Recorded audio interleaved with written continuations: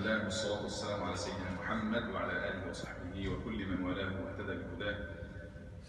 Again, inshallah, if you can come closer. Come closer, please. You can come here. Let's see, you can get your chair.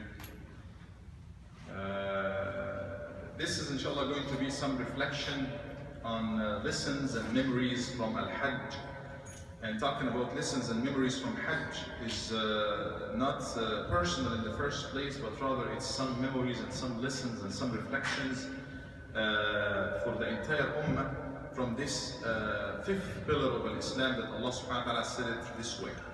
أولاً هي مدرسة. It is like a big, really a big annual school, one-time course that all Muslims go through, and so many lessons are being driven out of that. From the very beginning, before leaving Hajj, all through until you come back. A chance is given to few million Muslims every year. Such a meeting that I don't believe that it's very unique. I don't believe there's any other gathering or meeting like that anywhere on the earth with all the details of it. We will go through this journey from the beginning to the end, deriving and taking and learning lessons from it, inshallah. We make a lot of trips in our life. We take a lot of trips in our life. We go, including going overseas, traveling for family reunion, for work, business, whatever it is. We make a lot of trips and we pay some good money traveling here and there, especially here in America and other places. Usually people are more local, they do not travel as much.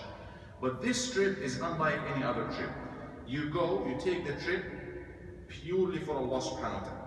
You pay some good money and you take some substantial part of your time, 2 weeks, 3 weeks, dedicated completely for Allah subhanahu wa ta'ala. It's, there could be for some people some benefit in it, but it's mainly taken, that effort is taken for Allah subhanahu wa ta'ala, which teaches us a big lesson. Salah, we give Allah subhanahu wa ta'ala part, it's for ourselves at the end of the day, but a few minutes here and there. Ramadan, we don't do much of an action, it's mainly abstaining from things. But now you learn how to dedicate part of your life, weeks for Allah subhanahu wa ta'ala. As you're leaving, for any travel actually, but especially for Hajj, it is recommended for people to make wasiyah. You give your wasiyah, this is how much I owe, or this is whatever, or wasiyah, you make the wasiyah, and that reminds you with the trip that you will take one day, not coming back. You give wasiyah and you're leaving and so on. So this suffers for Allah subhanahu wa ta'ala. As you are traveling, you remember, the memories comes to your mind as you are taking your first step in Hajj, whether this trip is going to be accepted or not.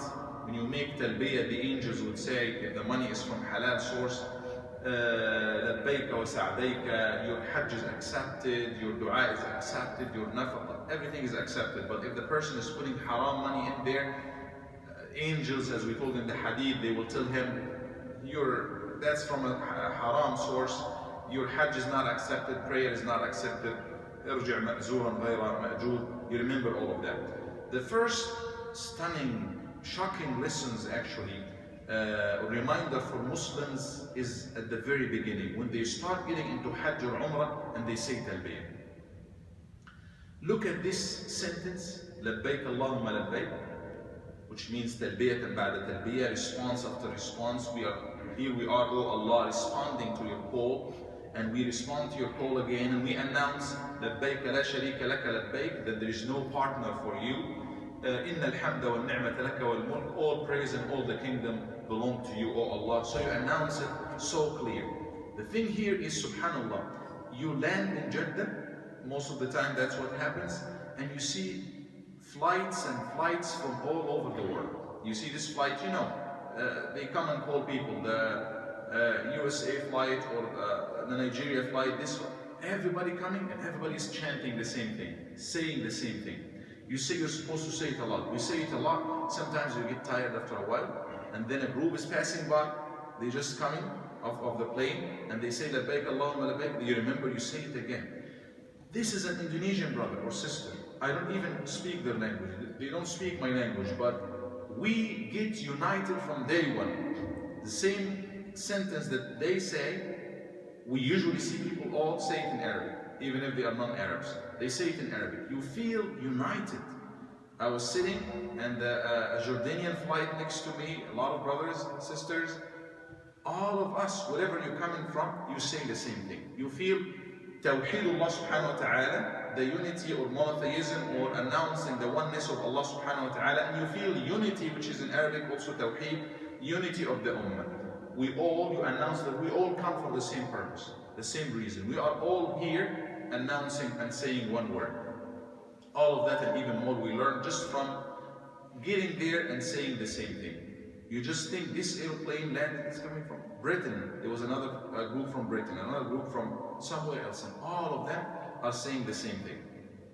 During Hajj, we make a lot of walk. Even if you're going into this high kind of package, but you experience a lot of walking that you do not usually do, especially with the base of life nowadays. You do it mainly for the sake of Allah subhanahu wa ta'ala. And by the way, it's the fastest. Many times it's the fastest way to just walk. Don't wait for the bus or even the train. It is the fastest. But as you are walking and exerting effort, why I'm doing that? By the end of the Hajj, you figure out that your leg is swollen and this and that. You put effort for Allah subhanahu wa ta'ala and you feel how sweet it is to work for Allah Azza wa Jalla. And also you learn a lot of lessons as you are walking. You walk for tawaf, for example, 10 steps. Just count it, 10 steps or just a short distance, and you see how many faces and how many variety of people in just one round around Kaaba. You come across Iranians, you come across Indonesian, you come across Arabs. Everybody is there, and everybody is saying the same thing and doing the same actions.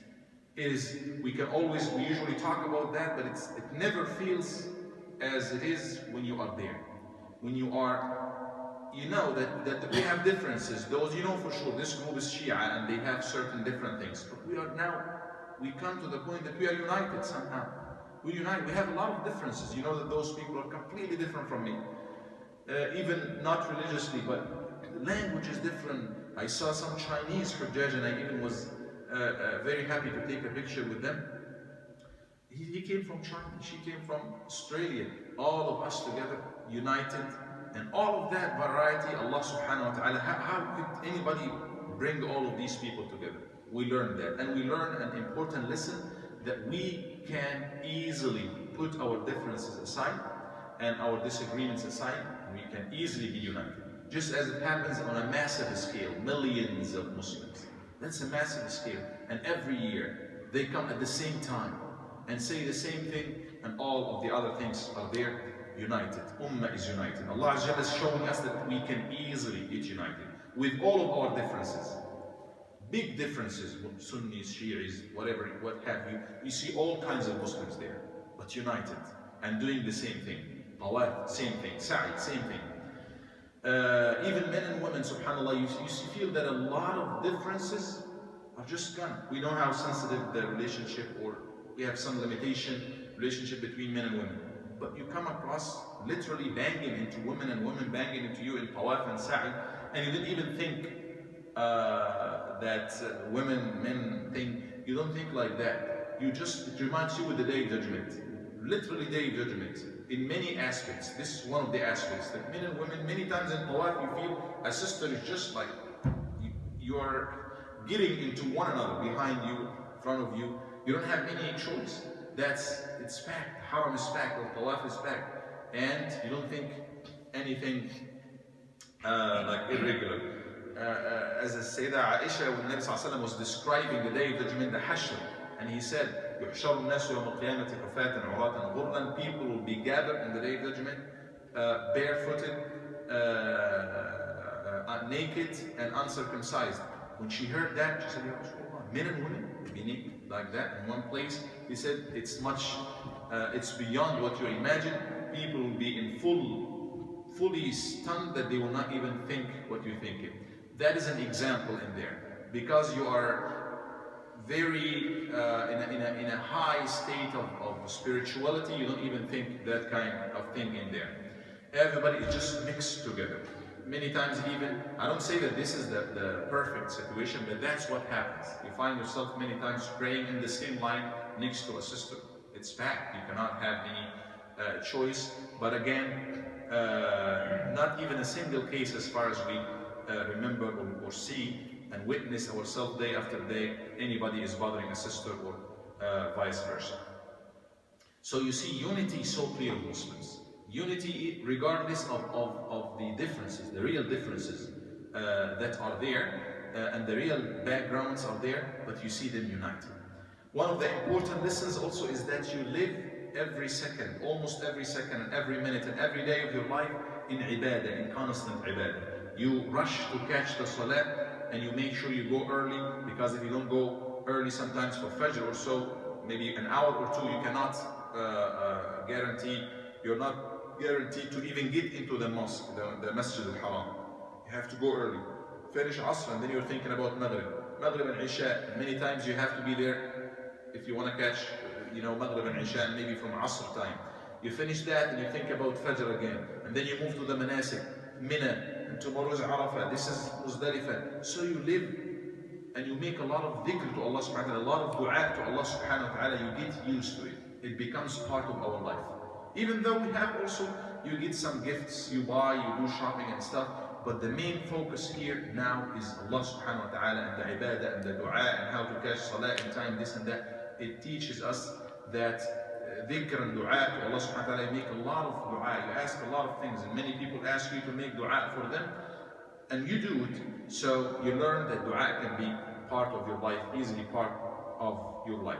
We learn also the lesson of intighar al-faraj. Many times you get to the tawaf, for example, and you look at how many people are there, right, Brother Amr? And you see packed, and you see, subhanAllah, when is this going to end? It's going to take forever. It's impossible. And you keep thinking about that.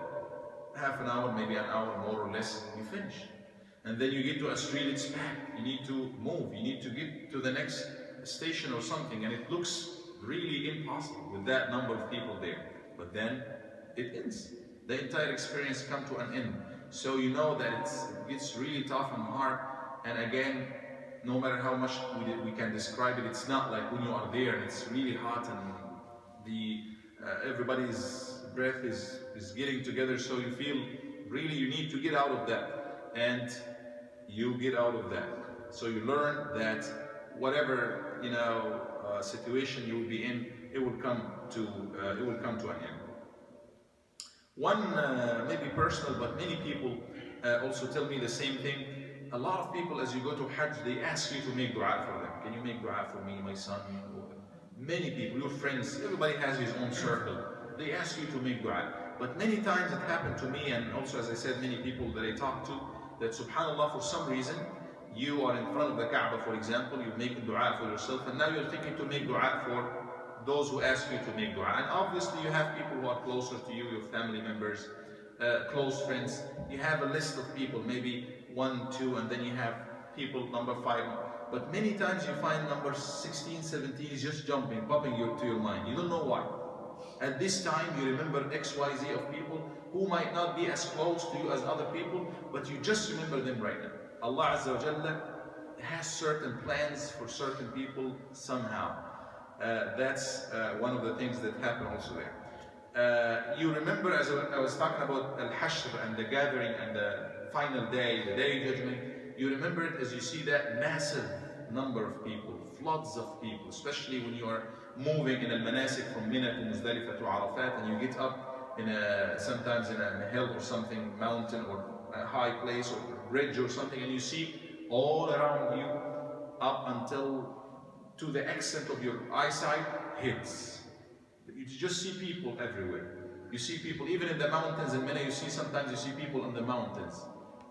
Millions of people, subhanAllah. Everybody, if you just reflect, and you will definitely be pushed to reflect and think.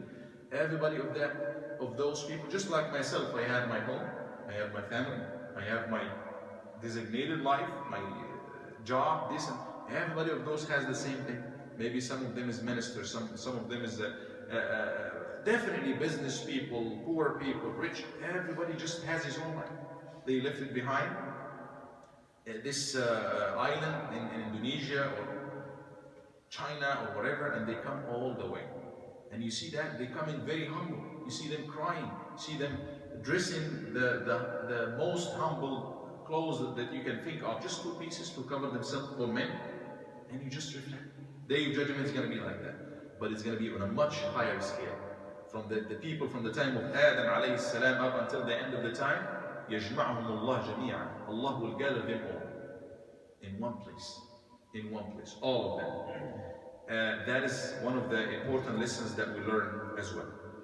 The first time you see Al-Kaaba, you have a hadith that the dua is accepted. It's really, really special.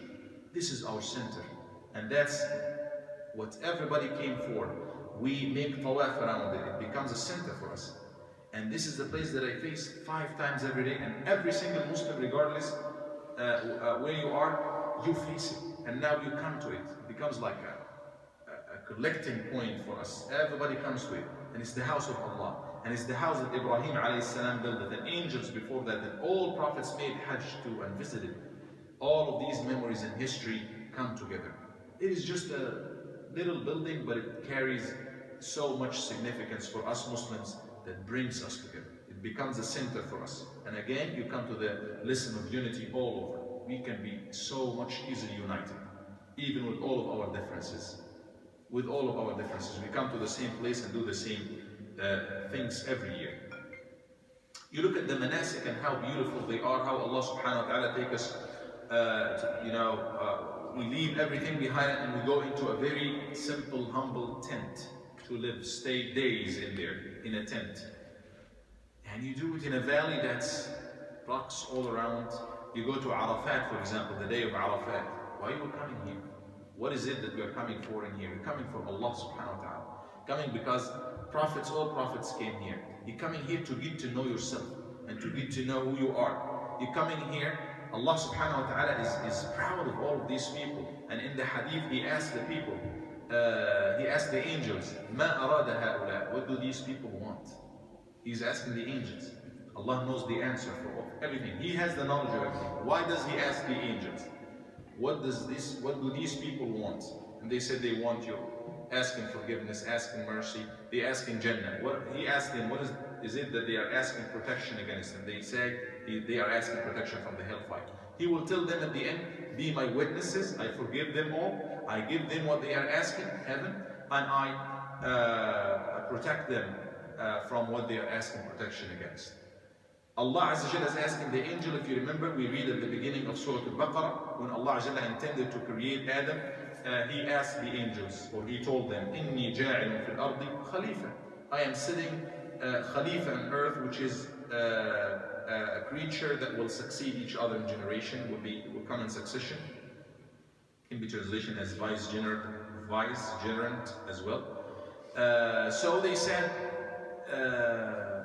قالوا أتجعل فيها من يفسد فيها ويسفك الدماء. Why would you create therein on earth some creature that will make corruption in there and make bloodshed? Maybe Allah subhanahu wa ta'ala make them know some of what's going to happen. They, out of their jealousy that they said, yeah, we worship you day and night, and now you're creating some creature that will do some corruption in there. In the day of Arafat, Allah subhanahu wa ta'ala is asking angels, you raise this claim. He said, قَالَ إِنِّي أَعْلَمُ مَا لَا تَعْلَمُونَ. I know what you do not know. And now He's asking the angels, look, all of my ibad, they left everything behind. They have all the attractions, the comfort of their home, their business, they left all of them. They paid a lot of money. They put a lot of effort to come to me. And what is it that they're looking for? My rahmah, my mercy. So I'm telling you that I was right, and I intended to do that for a purpose. يوم عرفة. Arafah is, Nabi Sallallahu said, the خير يوم طلعت عليه الشمس, the best day that sun rises over. See how many people, subhanAllah, how people are crying and raising their claims to Allah. Many times you don't even know the language that they are saying, but you know they have a lot of issues and a lot of things to ask Allah, and you do have issues, and everybody is coming back to the Lord, to Allah subhanahu wa ta'ala, and Allah responds to everybody. And you wonder, did Allah accept me amongst all of these slaves of His? You just come literally as a slave. You see that you are a slave of Allah subhanahu wa ta'ala. right there. One of the lessons as well is we remember our battle with shaitan, our enemy, that Allah subhanahu wa ta'ala said he is your enemy. We, just by coming to Hajj, it's against the will of shaitan, and it is in response for the will of Allah subhanahu wa ta'ala. Muraghamat al-shaitan, defeating shaitan all the time and going against his will is a goal in itself that we should try to achieve. It's so clear in Jamarat, for example, when you throw the Jamarat, many people actually misunderstand it. This is more of a symbolic thing, but many times you see some people bring in some good big stones and shoes. Sometimes shoes and pieces of wood. We have seen all of that. This year was special there. Somebody got this nibla issue. You give it. Yeah, the white. Easier. Huh? Slingshot. Slingshot. Somebody got a slingshot and he was really, no kidding. He was. And I heard about somebody one time, he got a gun. And if you try to stop those people, they will think you are defending shaitan or something. They even call this wall, they call it shaitan, we're going to throw shaitan. So it's more symbolic, because we do like Ibrahim alayhi salam, the narration goes like Sayyidina Ibrahim, when he was taken that, Allah gave him that test of slaughtering his son, and he took him, it was in the same place. And shaitan came to him, he tried with him, how could you, this is your son, and how could you do it? And so he threw the shaitan. He came second time for him and third time for him. The other narration mentioned that the second time he came for his wife, and third time he came for Ismail. And in 3 occasions, whether it was with Ibrahim alayhi salam himself or with Ibrahim alayhi salam and his family, they defeated shaitan. They did defeat shaitan. So we go to the same place and we do the same thing. And we say Allahu Akbar. Usually when you say Allahu Akbar, it's a sign of like winning. When you win, Allah is the greatest. So you throw the Jamarat and you announce that I came all the way, I did all of that, and inshallah I intend to always be on that track of defeating ash-shaytan. And if you do all of that on the day of Eid, you get some animal being sacrificed or slaughtered for you. And that also reminds us, if you reflect on that, Allah, the Nabi Sallallahu Alaihi Wasallam said, whoever made Hajj and he did it the right way, no, فَلَمْ يَرْفُثْ وَلَمْ يَفْسُقْ, he didn't get involved in anything of the inconvenient things he's supposed to get into, رَجَعَ كَيَوْمْ وَلَدَتْهُ أُمُّهُ, he will go back like the day his mother gave him birth. So when we get a newborn baby, we make aqiqah, slaughter and sacrifice an animal. Like this is a new life. And so maybe it's the same thing when we slaughter and get an animal slaughtered for us, we're newly born. This marks a new beginning for us, as even literally the hadith mentions. So it's a step towards change in our life. Personal life, and also how we look at Muslims and how we deal with Muslims. Now you've been with Muslims, with millions of Muslims all through those days, making tawaf with them, sa'i with them, literally sleeping, sharing the same place to sleep with Muslims in Muzdalifah, for example, in Arafat, in those tents. You become with all categories of Muslims. Many times you don't have choice who will be next to you. You might have choice who will be with you in the hotel room, but you will never have a choice on who is next to you in the tawaf or sa'i or in any of the manasik. So you really get close to Muslims at even personal level of doing things together, which is ma'na muhim jiddan, a very important meaning that the Prophet ﷺ did and highlighted. First thing when he came to Medina, al-ukhuwa, how to start the brotherhood and sisterhood of Islam. We all come together. Many times we share the food together. We help one another. You see somebody who needs help, you definitely help them. And you get a lot of help from people that you do not even know. That is the brotherhood of Islam that we see there. When you visit the Medina, that's a whole lot different, experience. When as you're traveling, for example, between Mecca and Medina, and it takes like 5-6 hours, sometimes it takes longer. But you remember, Nabi Sallallahu Alaihi Wasallam and the Sahaba, they covered that. And people, even the entire generations up until just recently, less than 100 years or something, that people used to cover that only on camels or donkeys or even walking. And when you look at the mountains there, it's just like sharp and it's really tough to walk all of that or to even ride all of that. But they did it. They were doing it. It's much easier for us But you remember, it was not easy for Nabi Sallallahu Alaihi Wasallam when he was making hijrah, for example. You go to Medina, you see Masjid Nabi Sallallahu Alaihi Wasallam, Qabr Nabi Alayhi Salam, and when you give salam to him Alayhi Salam, and you just thinking that he is there a few feet from me, as I'm giving him salam, and even in the hadith, إن الله حرم على الأرض, Allah made it like the earth, the bodies of prophets do not decay.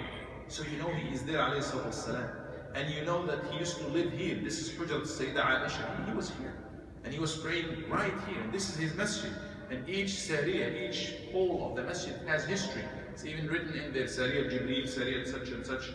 And when you read in the Seerah, you know that Umar was praying here. Maybe the first line behind the Prophet ﷺ. Abu Bakr was here. All of them, they were here. So the history.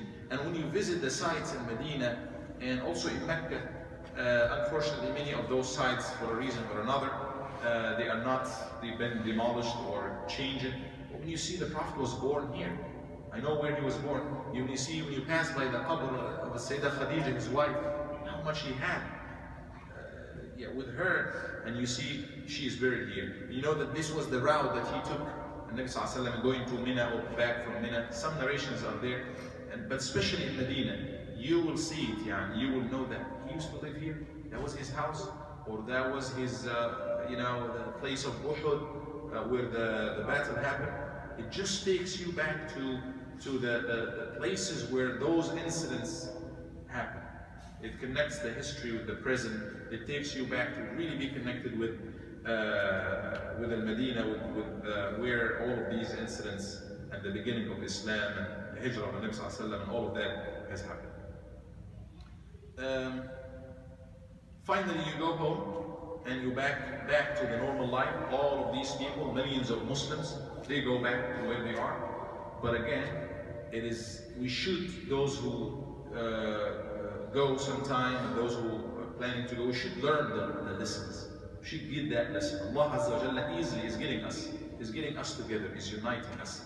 Now we are so much highlighting the differences and fighting and clashes everywhere between countries and nations and groups and communities and what have you. All of these fighting people, season of Hajj comes, they all come together. They will be helping one another. They will be close to each other in Muzdalifah and Arafat and this and that. So, the lesson of Hajj is so many other lessons that we open the floor right now if you have any other lessons. So many lessons for the Ummah, for the entire Ummah. Obviously for us and the personal level, but more importantly for the Ummah, for the Muslimin. We get together, one place, one God, one Lord, everything is we are united. Why can't we get united as we are in Hajj? نسأل الله عز وجل, may Allah subhanahu wa ta'ala, for those who made Hajj, may Allah accept from them. For those who did not, may Allah give them the chance to make it, and may Allah give us implementation of those lessons that we always learn from Hajj. If you have anything to share with us right now, please feel free, inshallah. Being it lessons that you learn from Hajj or other things that could benefit us, benefit the community. When you go to Hajj, you forget your current life, like you're in business. Break the routine. You forget everything. You only concentrate what you're doing in Hajj. That's right. You forget everything. Right. I don't know if you have this feeling. No paper. Yes. You don't see, huh? As you're living in You're taken into a different dimension. even that, yeah, See that the Kaaba is there. you forget everything. You have business, you have somebody waiting for you. You just concentrate on Hajj. I have Right. a feeling, I don't know. That's right, but let me share this with you. It really depends on the person himself. Many people are really, you see them focused and they get it. I'm not saying, obviously I was talking about positive things. We have a lot of negative things going on, being it from the authorities, being it from the behavior of people, but I was not talking about any of that. What I want to share with you is it really comes back to how ready you are to gain and to learn from Hajj. Because we see also some examples of Muslims, as if they just go there to, not to take anything from Hajj, to criticize everything, argue with people. Normally, if it is any other gathering, if you're going for a vacation or something, yes. I mean, You do not allow somebody to step on your toe, for example, but you will have a lot of people stepping, literally stepping on your toe in Hajj. So you will come across, maybe it's meant for some, some reason. I think that many of that is meant by Allah subhanahu wa ta'ala. That's why I read from the ayat when Allah said, do not even argue in Hajj. فَلَا رَفَثَ وَلَا فُسُوقَ وَلَا جِدَالَ فِي الْحَجِّ.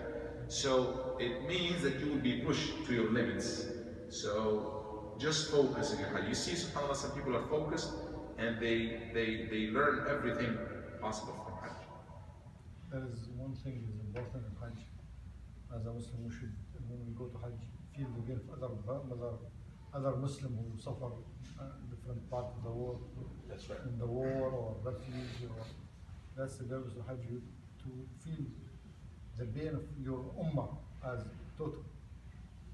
Yeah, but that could be the solution, inshallah, when we learn the lessons from Hajj and get united, that pain of Muslims who are suffering elsewhere could be solved. But I thought you were referring to something else.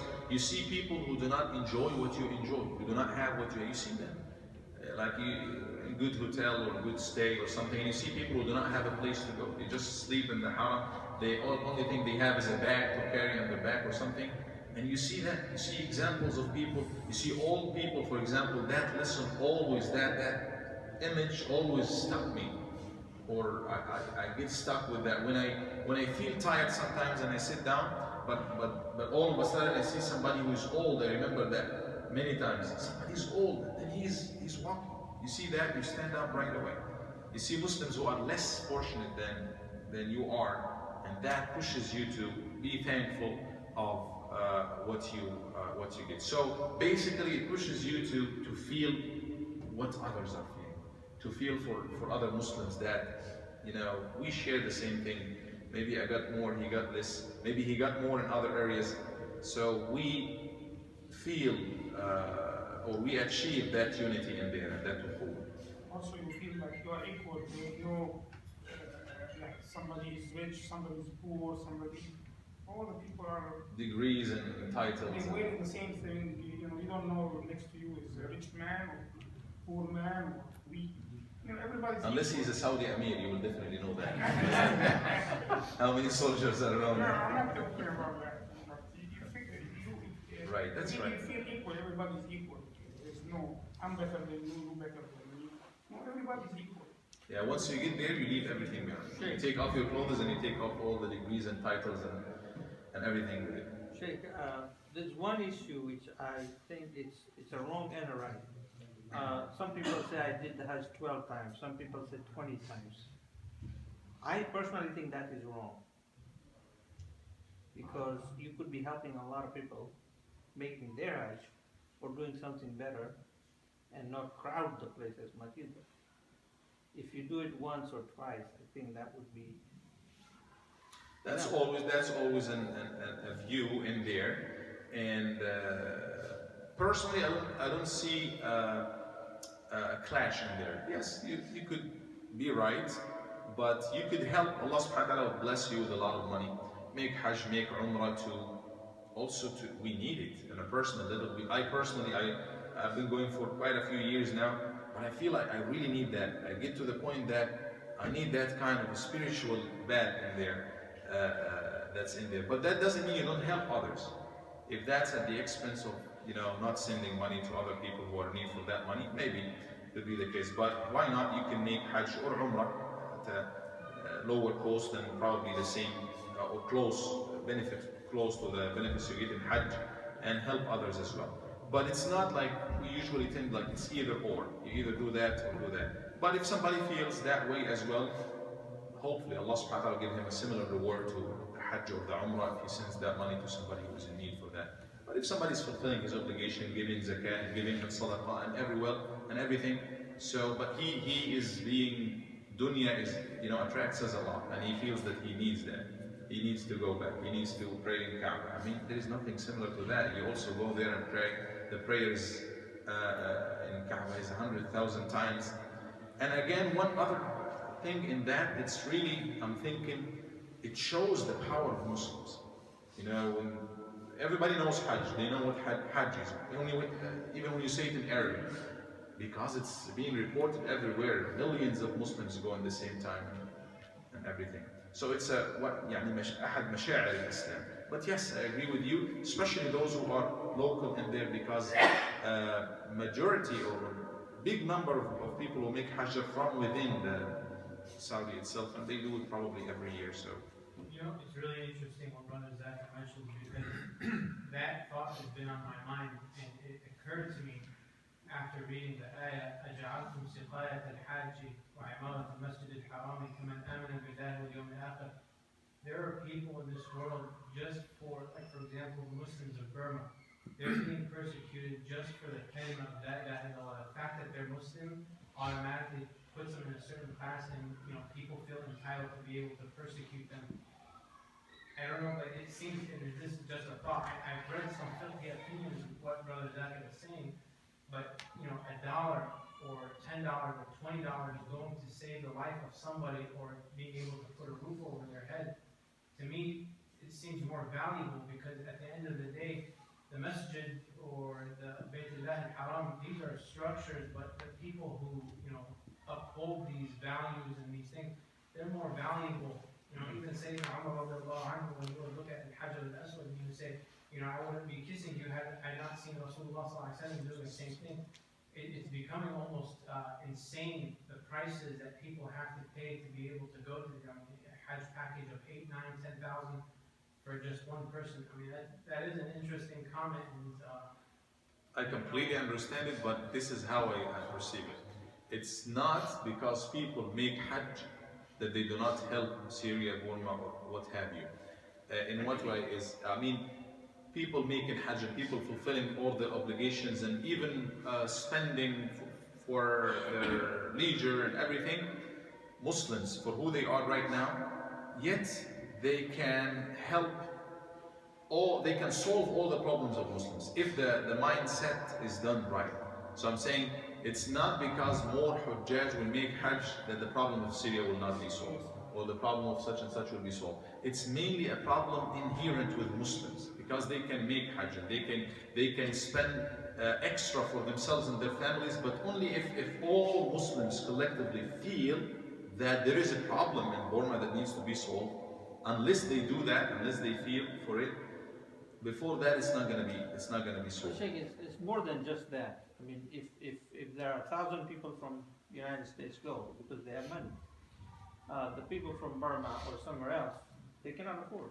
So they're competing with us because we raise the prices so much, because we go more often, and they should be able to do it half price if we didn't. Can guarantee you that I'm not discussing this point. I'm just saying the reality. I can guarantee you that always people would love to go, and many people would love to go again and again and again, and there's absolutely nothing wrong in that. But at the same time, what really we need to focus on is Muslims feeling that other Muslims need their help. That is the point in here.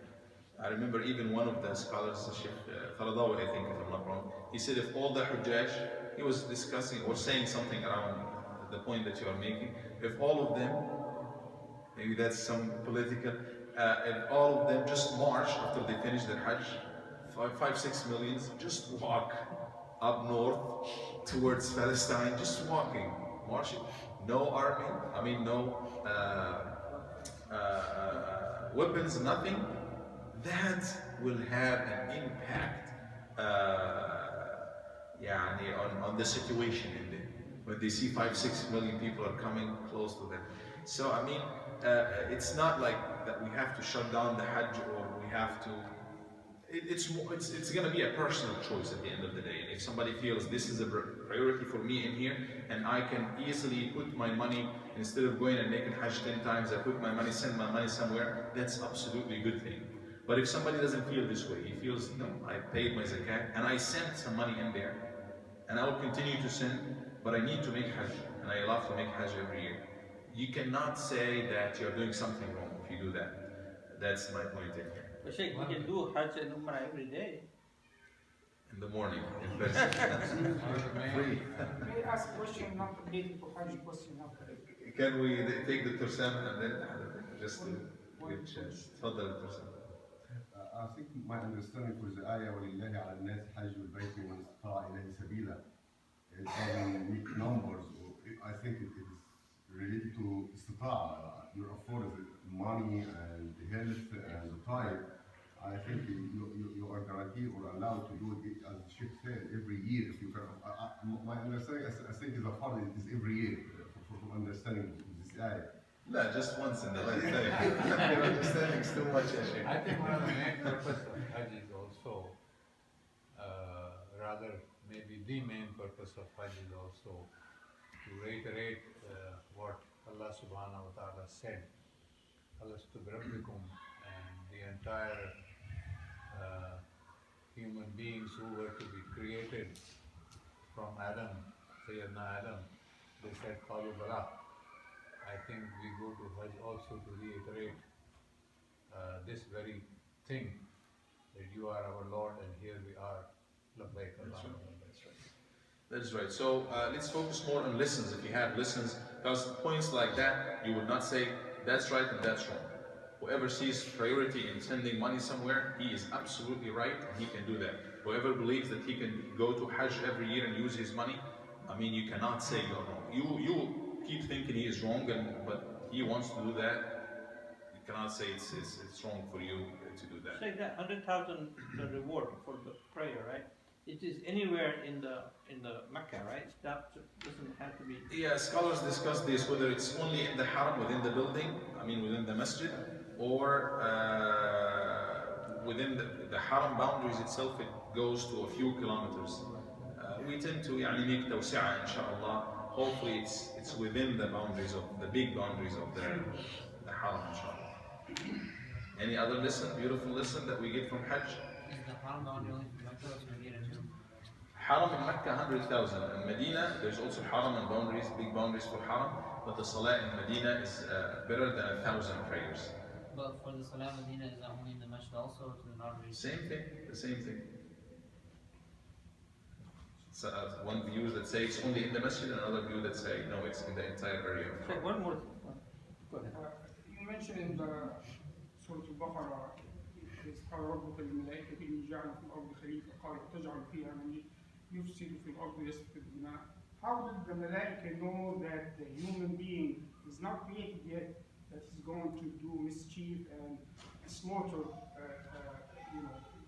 other humans? How did they know? Did they know the ghaib, or how did they know that they asking God, how do you create a human to make all these mistakes and kill each other? That's the question. المفسرون, some of them discuss this idea, and some suggest that there were probably, again it's probability in here, some creatures before that, they say, this suggests jinn, they were there and they did the same thing. Or other rational creature that Allah subhanahu wa ta'ala created, cycle of life, maybe they say, maybe there was a cycle of life just like us who did the same thing. And what sounds more stronger is that Allah subhanahu wa ta'ala let them know part of the future. Allah can let the angels know something that He is intending to do. So He let the angels know that He is doing that, and He made them also know that the future of earth is going to be. And the other question, why the angels should not say no or yes to Allah, they should only worship Allah. Why when Allah ordered to create Adam, the angels say, why are you creating Adam, why are you creating this new human? Because Allah subhanahu wa ta'ala asked them. Because they should not argue with Allah. They did not argue, start the argument with Allah, how could you do that? But Allah subhanahu wa ta'ala opened asked a question for them, and then He's kind of asking them, what do you think? What do you think is in there? And then out of their jealousy that we worship you, O Allah, and we don't want to see anybody else who is doing that, going against your will, disobeying you. So from there, they obeyed Allah. And when Allah created Adam, and He told angels, and here's the difference, He told angels, make sujood to Him, prostrate to Him. What did they do? They obeyed Allah subhanahu wa ta'ala. So it's not that they disagree with Allah subhanahu wa ta'ala, but angels are rational creatures. This is number one. Rational creatures, but they don't have the choice. But they are rational. So when Allah subhanahu wa ta'ala asked them, I am creating that, what do you say about that? So Allah asked them. If they start saying from the beginning that that's wrong or we disagree with that, that is a problematic in here. But Allah asked them, so they had to reply. And then Allah subhanahu wa ta'ala is showing them through Hajj, for example, that for that I was creating them. You are not subject to the attraction of a shahwa desire. You don't have desire. Angels do not have desire. But they are. Yet, even though there's like a kind of magnet that pulls them away from me, they decide to go against this magnet. They're talking about massive amounts of money and this and that, but they go against that and they come to me to prove that point in here. Those lessons and many more will definitely be learned from Hajj, as not only as personal experience, but as an experience for the entire Ummah every year that we need to look at. And if we go to make Umrah or make Hajj, we think of those lessons and even more, especially the 2 or 3 lessons that I need to focus on: the unity of Muslims, the reminder for the day judgments, one day we will come back, and the unity of history as well, that you go back to live the same life or follow in the footsteps of Ibrahim alayhi salam and Muhammad salam and Adam and even Sayyidah Hajar, one lady in there, that you do the sa'i and you remember that you're doing that to commemorate her story. So Allah Azza wa taqabbal minna, may Allah accept from us, may Allah subhanahu wa ta'ala allow us to always understand and live the lessons that we derive from those masha'ir and manasik. Ameen. جزاكم الله خير وصلى الله على سيدنا محمد وعلى آله وصحبه أجمعين.